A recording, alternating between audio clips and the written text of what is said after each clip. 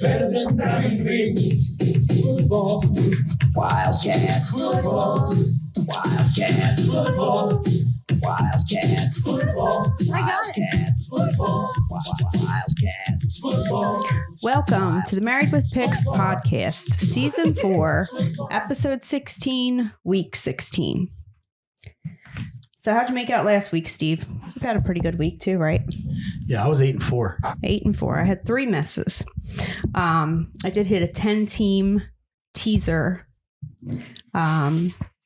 So my 3 misses were the Titans, Falcons, and the Patriots. So you did get me on our bets.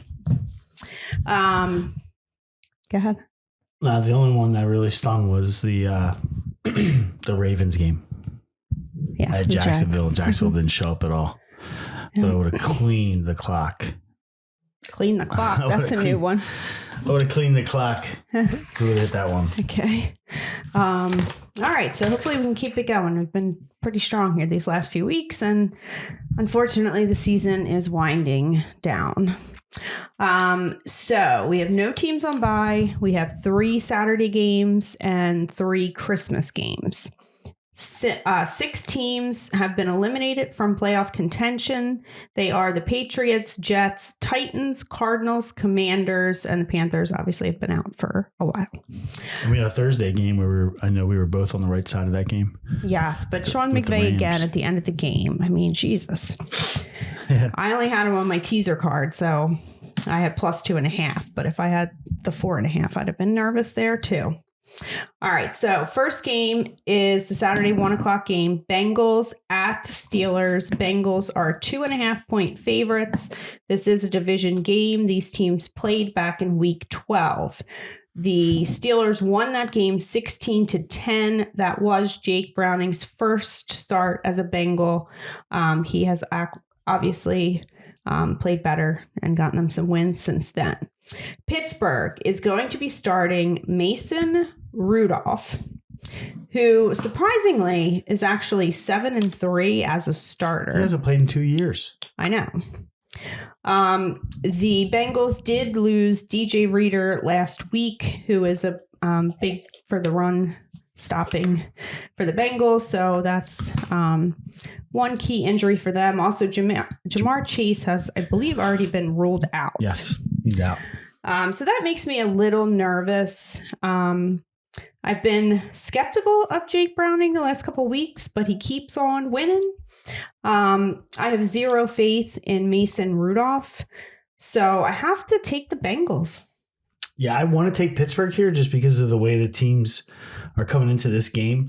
Pittsburgh's lost 3 in a row, and the Bengals have won 3 in a row. So a lot of times, the odds are against the team like the Bengals winning the 4th game, especially with Jamar Chase out and some of the injuries. So, I want to go Pittsburgh here, but I'm going to side with Cincinnati just because there's no way that I can put any kind of faith behind the quarterback for Pittsburgh. Okay. But Mason, it just doesn't make any sense to take Pittsburgh. I would either lay off or take Cincy. All right. So we're on the same side of that one. All right. Next game is the Bills at the Chargers. Bills are 12.5-point favorites. So obviously this is a big line. Bills are still needing these wins to get into the playoffs.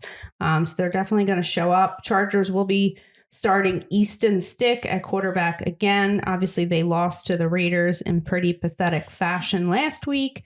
63-14, I believe, was that score. After that game, the Chargers did finally fire Brandon Staley. Hooray. I worry a little bit about the fired coach narrative, but I actually saw an article popped up in my Facebook feed before we came up here that said that the locker room was divided, the Staley guys versus the rest of the team. So apparently there were some supporters in the locker room of Staley. That makes me feel a little bit better about you're sure that's probably the quarterback, and anybody who's supporting the quarterback can go with the company line. What's that? The supporters for Staley was probably the quarterback. You mean Herbert? Yes. Okay. Well, I don't know who they are. It didn't say. And probably everybody who's towing the line, like a lot of the offensive players. But it just makes me feel better if the whole team isn't going to rally behind the new coach, which I don't even know who the new coach is. I saw that the offensive coordinator declined the interim job. Well, there's a guy named Dugan that's a quarterback on their practice squad that they just signed to the 53-man roster. So he's going to be suited up. They're going to suit up 3 quarterbacks. And this is another game that fits a lot of the feel for the Cincy-Pittsburgh game, where I'd want to take the Chargers here. It's too many points. It's 12.5, 13 points. That's a lot of points for Buffalo on the road. But when you consider that they just they just added this guy, Dugan, and nobody knows, to the practice squad, that it's experiment time. See what you got. So it wouldn't surprise me. But you if have they Justin make Herbert. But but who knows what they're going to do? I'm saying long term. Who knows what they're going to do? Long term, if they're going to get a new coach, he might not want Justin Herbert. Who wouldn't want Justin Herbert? Well, think about it. If you're San Diego, and what do you have? Like you have Justin Herbert, and you haven't done anything in 3 years. Is he really the guy? Does he still have value in the league where you could trade him? I'm just saying, all options are open. They could trade this guy for get a lot back, a lot of assets back to rebuild for a new coach, a new general manager as well, right? They fired the general manager, so they're going to want their guys in there. And as much as Herbert looks good and everybody likes him, what has he won? What has that team won since he's been? And that's the Chargers' MO. But you can blame Brandon Staley. If I'm a new coach or a general manager, especially if I'm a new general manager and I'm coming into this situation, and regardless of who the name is on the back of the jersey, there's a guy that's been there that hasn't got the job done in the last 3 years as the quarterback. I want to start fresh with somebody new. I would rather trade him, get some assets to get a high draft pick as a quarterback, and start from fresh. But I'm just saying, this is another game where it's like you'd want to take the Chargers, but they're about to jerk around and, I want to say something else, but they're about to mess around and, play experiment, like I said. So with Buffalo, just, how can you not love the way Buffalo is playing? And they're crawling and scraping and battling, trying to get in the playoffs. They thought their playoff hopes were done 2-3 weeks ago. Now they're coming off the big Dallas win. I mean, it's tough to go against Buffalo in a situation, even though 12 points is a ton. So, I feel like Chargers, but because of the points, but I'm on Buffalo. All right, me too. All right, next game is the Colts at the Falcons. This is the Saturday night game, I guess. So Taylor Heineke will get the. No, this is 1:00 next day.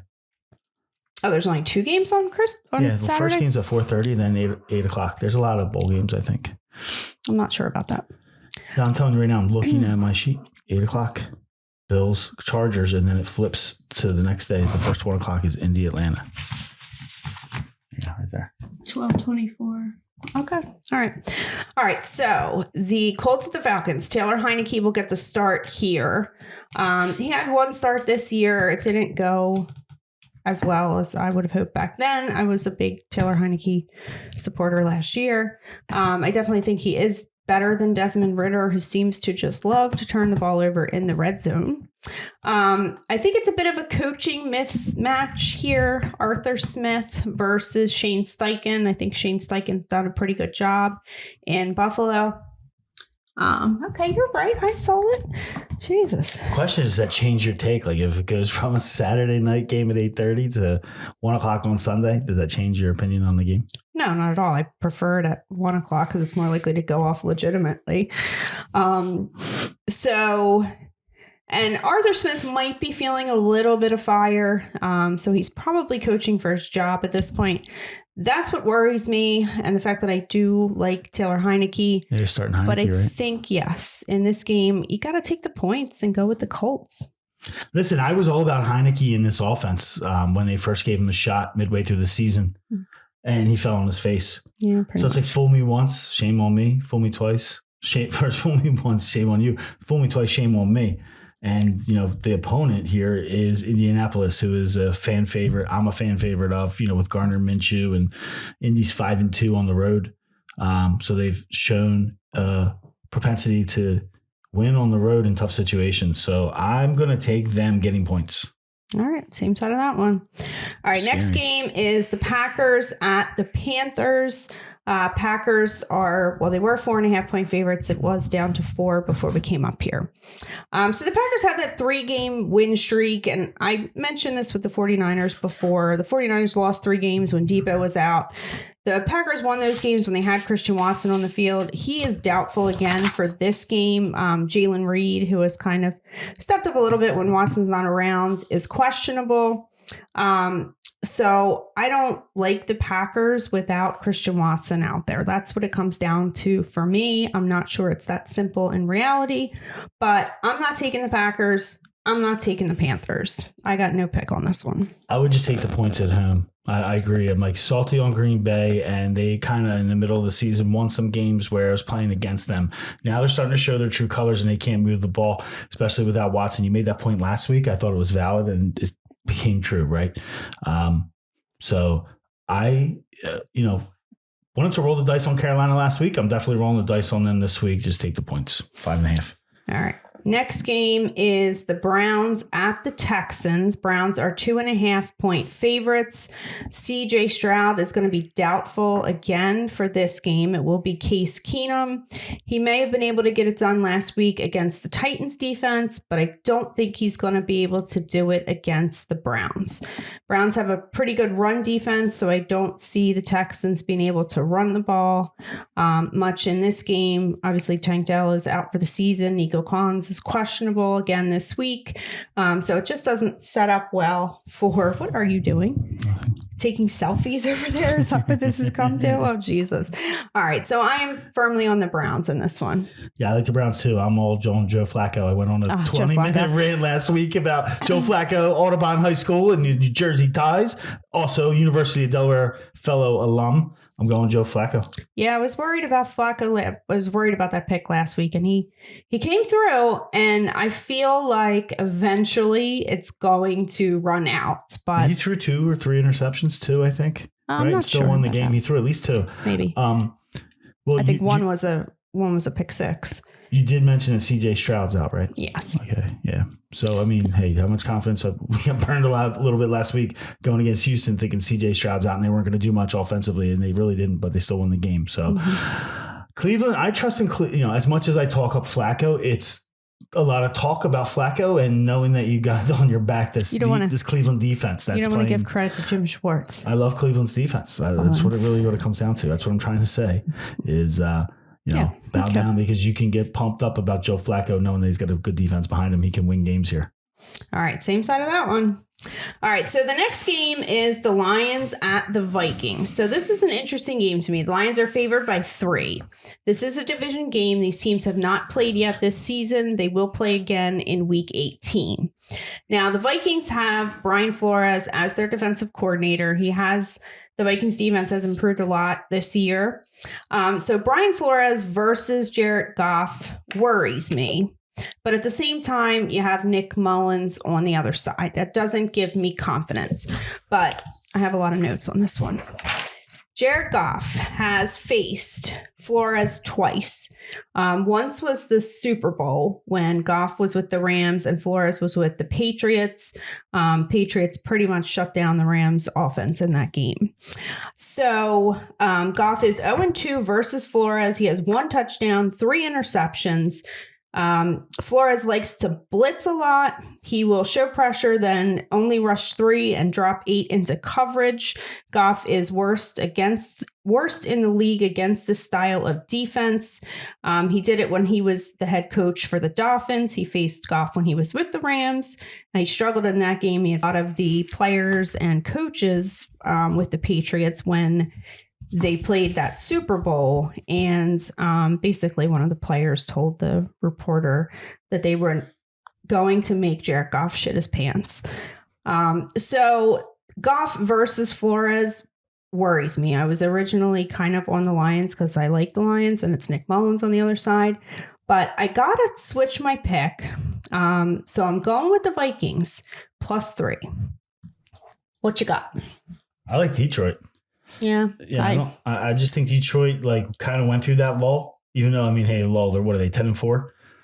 So record's pretty good, but they lost a couple games. I think that they look to separate themselves in the division standings with the Vikings. If you take a look, where they stand up to date, Detroit's at 10-4, and they're followed by Minnesota with 3 games. So if they win this, they can put it effectively away, the division, and a home playoff game for the first round.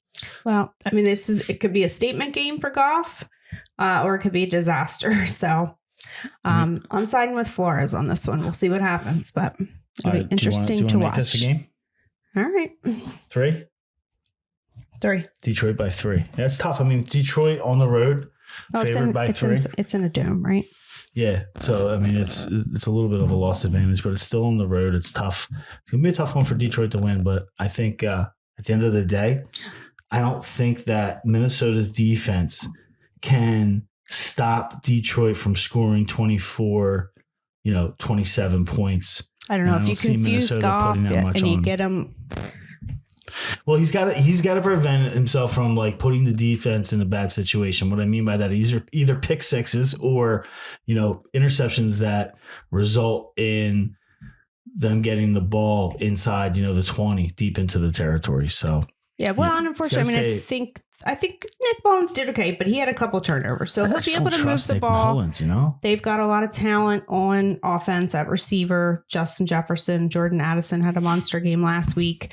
Ty Chandler, I assume, is starting at running back. I'm not 100% sure what Madison's issue was, but he almost looks better than Madison. But I just don't. I don't trust Goff in this one. So, all right, different sides of that one. I always lose these bets against you too. So, when are you gonna pay out? Can I get some money? All right. Next game is the Jacksonville Jaguars at the Tampa Bay Bucks.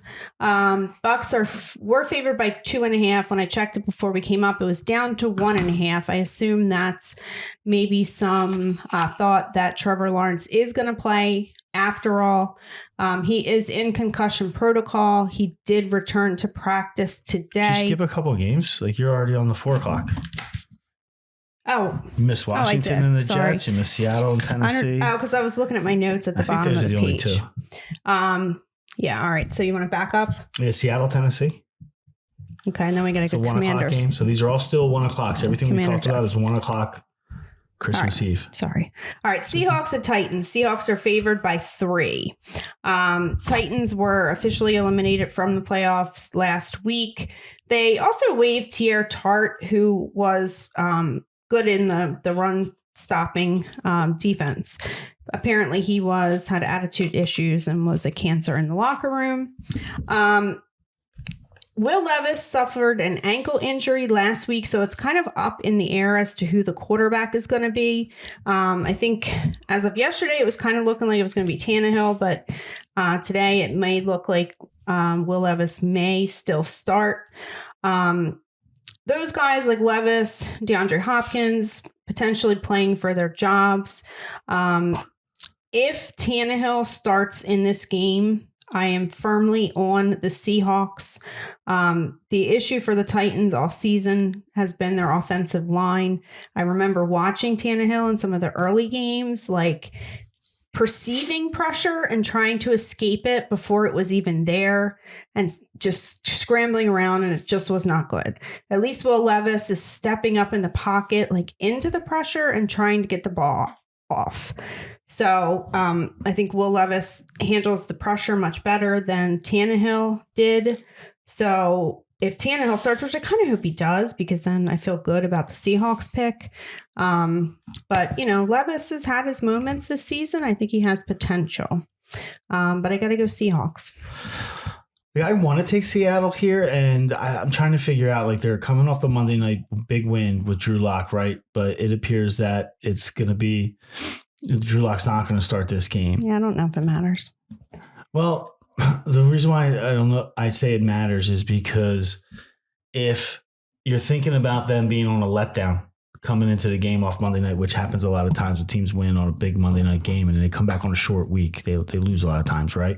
So if you're thinking with that mentality, but then you got Geno Smith, who is in the back of his head, he's pissed because he thought that he was healthy enough to start that Monday night game and they went with Drew Lock instead. So now he has a chip on his shoulder coming into this game, and that might offset the short rest because he didn't actually play.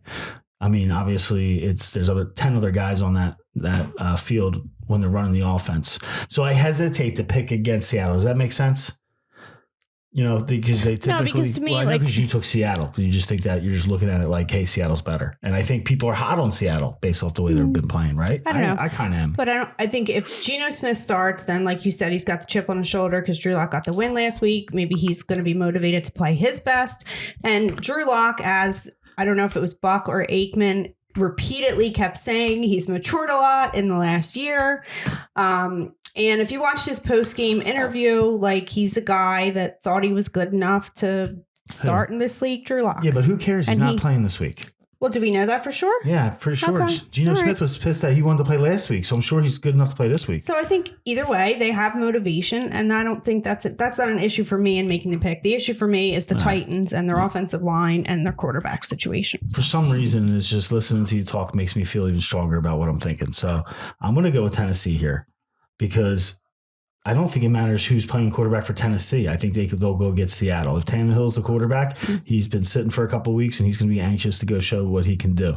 So I like Seattle normally in this situation, but I like Seattle normally if they were playing Tennessee. I don't have a lot of encouragement in Tennessee necessarily, but Tennessee is a completely different team this year, even at home. They're 4-3 at home compared to 1-6 away. So I'm going to take Tennessee here. I think this is one of those games where Vegas lost money last week, right? So I'm expecting Vegas to win back this week. I think a lot of people will be heavy on Seattle, and Tennessee's the action, especially if they're home dogs by 3.5 in some places.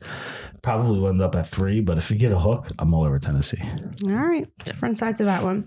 All right. And then the Commanders at the Jets. Jets are favored by 3. Both these teams are eliminated from the playoffs. Sam Howell did nothing last week versus the Rams, even though they were coming off the bye. I feel like the writing is kind of on the wall in Washington. They came back at the end. It was 28-20. Yeah, because Jacoby Brissett came in and was throwing bombs down the fucking field.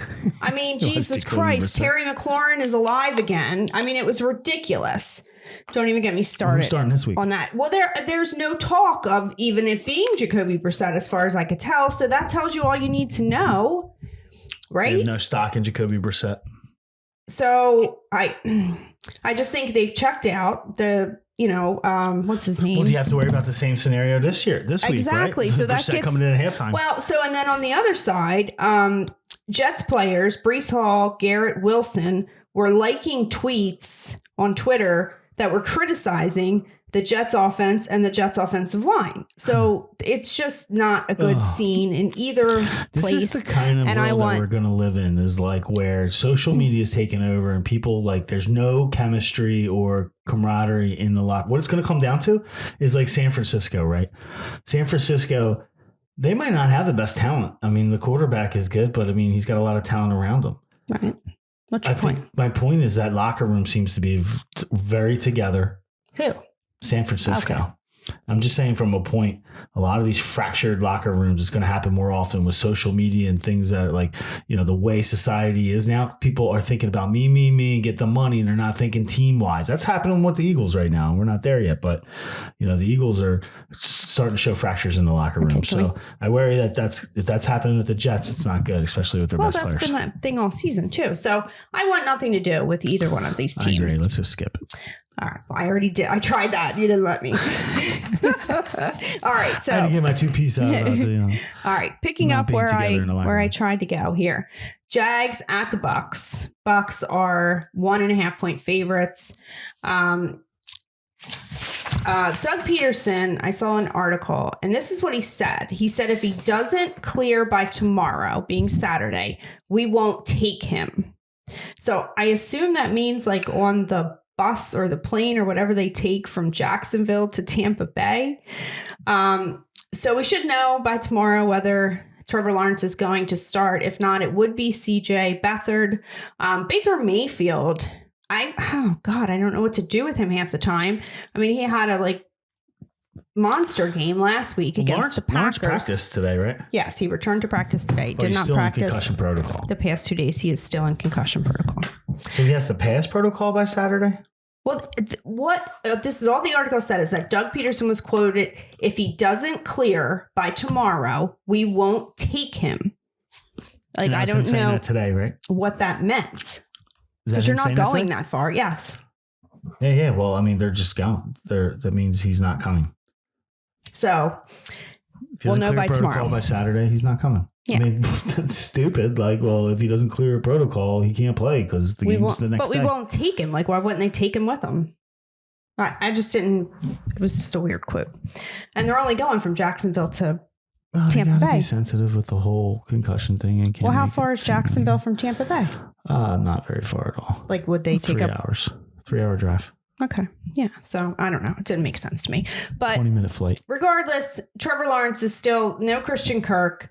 Calvin Ridley, not a fan. So I got to go with the Bucs. What's your pick? I know what your pick is. I like Jacksonville. I know it. I mean, Trevor Lawrence is going to play.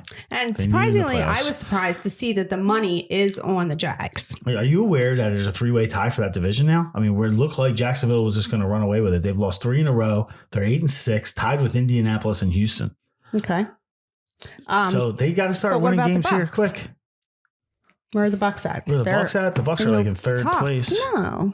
Yeah. Oh, the no. Saints lost. I'm sorry. They're 7-7. Mm-hmm. All right. So if they lose this game, they'll still be tied with the Saints. Okay. But if they win this game, they'll be leading the division. But the Saints lost last night, so they have a game. Yeah. Saints are 7-8. They're half a game up. That's 7-7.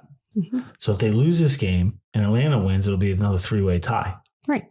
So it'll be interesting. But I don't like Tampa. Okay. Well, you don't have Tampa, to. Yeah, they're not a big Baker guy. I'm not a big Baker guy either, but you got to give him credit for what he's done this season. You're a big Baker girl. I mean, I can't stop thinking about the fact that it was Tom Brady was the quarterback for the Bucs last year, and Baker Mayfield is the quarterback for the Bucs now, and the season has gone better for the Bucs this year than it did last year. So is that real blurry? It's dirty. Okay, that's why. All right, so we're on different Jacksonville, different sides of that one. That's what 5. What? What's the line on it? -1.5 Bucks. Oh well, I got a 3 here. Well, it went down from 2.5 to 1.5 since I checked it earlier and then checked it before we came up here. That means because he practiced, of Lawrence, they think he's going to play. Yeah. All right. Next game is the Arizona Cardinals at the Chicago Bears. Bears are favored by 4.5. I already mentioned the Cards have also been eliminated from the playoffs. Bears still have a shot. They have to. The Cardinals have to travel to Chicago on Christmas Eve, play in the cold. The Cardinals defense is not very good. The Bears defense has improved this season. I would have to kind of lean Bears, I guess, but not as a 4.5 point favorite. So it's not a play for me. I like the Bears. I think there's a spot where the line's telling you it's too many points that they're giving up. And that's why I'm going to take Chicago. Okay. Yeah, it's not a play for me, but that's where I would lean. All right. So the next game is probably the biggest game of the week. Cowboys at Dolphins. Dolphins are 1.5 point favorites. So these are both two good teams that take a lot of criticism for not getting it done. Dolphins' MO this season has kind of been to beat up on bad teams, but not even really be competitive against good teams. So I was set to take the Cowboys pretty confidently here. Then I did realize that Mike McDaniel came from the Kyle Shanahan coaching tree. Shanahan was the OC under Dan Quinn in Atlanta. Shanahan's always fared pretty well against the Dan Quinn defense. The 49ers pretty much put the Cowboys down earlier this season. So I think McDaniel could kind of follow that script, but at the same token, you have to have the horses to do it. So I am going to stick with my original pick, which is the Cowboys here. There are a lot of injuries on both sides. Cowboys offensive line, Zach Martin is questionable. Tyron Smith is doubtful. Dolphins have a bunch of offensive line injuries. Austin Jackson, Robert Hunt, and Teron Armstead were all DNP today. Obviously, Tyreek Hill did not play last week. He's questionable going into this one. Was DNP today, along with Devin Achane. And they do play the Bills next week. So that's probably a bigger game for them in division. That's a great point. So Cowboys are 7-0 after a bad loss over the course of the last 2 years. They obviously had one last week against the Bills. And Tua is the worst in the NFL against pressure. Cowboys do bring a lot of pressure. So I'm going to stick with my pick. I got the Cowboys. I'm going to go Miami. I think that, Dallas, it could be a close game first quarter. Dallas might even be leading at halftime, but I think during the second half, Miami will take over. I really like how Waddle responded last week with Hill being out. He really stepped up and made a lot of plays, and that's what I've been looking for him. We all know he's got that talent. If you watch him at Alabama, he's a pretty strong receiver, but he's been pretty much overshadowed by Tyreek Hill, and maybe that's the problem is, he's not used to being number 2, but when he got a chance to step up last week, he definitely did. I'd look for big things again from him this week. I think Dallas is a fraud. You meant, I think the Dolphins are fraud, so I guess that's why that's my pick. But I think you lean back on, I like the look ahead factor with Buffalo coming up, but I think you lean on the fact that Miami's at home here and Dallas is on the road. Yeah. All right. Different sides of that one. Oh, and just. You want to bet that one? No, I don't. You mentioned Jalen Waddle. That made me think of our fantasy matchup this week. And just so you know, I'm going to start T. Higgins against you. All right. So next game is the Patriots at the Broncos. Broncos, when I printed this earlier, it was 6.5 point favorites. It's up to 7.5. So to me, I just can't take the Broncos as that much of a favorite. Patriots have a good run defense, and I don't know what the relationship between Sean Payton and Russell Wilson is like, but I don't think it's like hunky-dory. I think Payton is kind of trying to work around Russ. So they do want to run the ball. Bailey Zappi has kind of been a killer like Mac Jones was with some of the turnovers. That was kind of the swing in the game last week.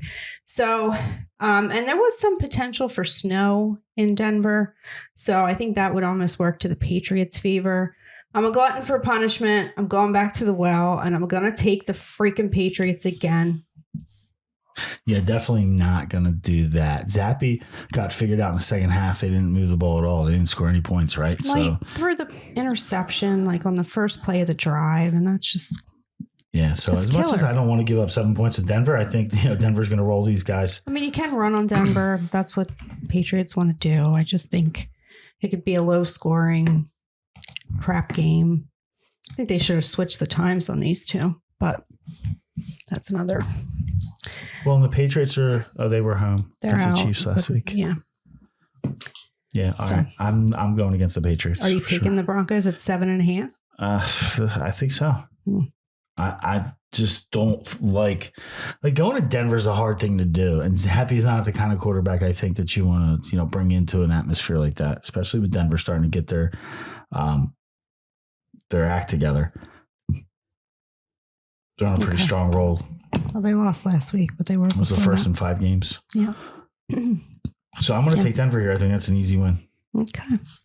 All right. Like the 7 kind of scares you. It's a big number with Denver. 7.5 certainly scares me. I think this is like, hey, it doesn't matter. It's probably going to be a 15, 20-point win. It's probably what reality is. So.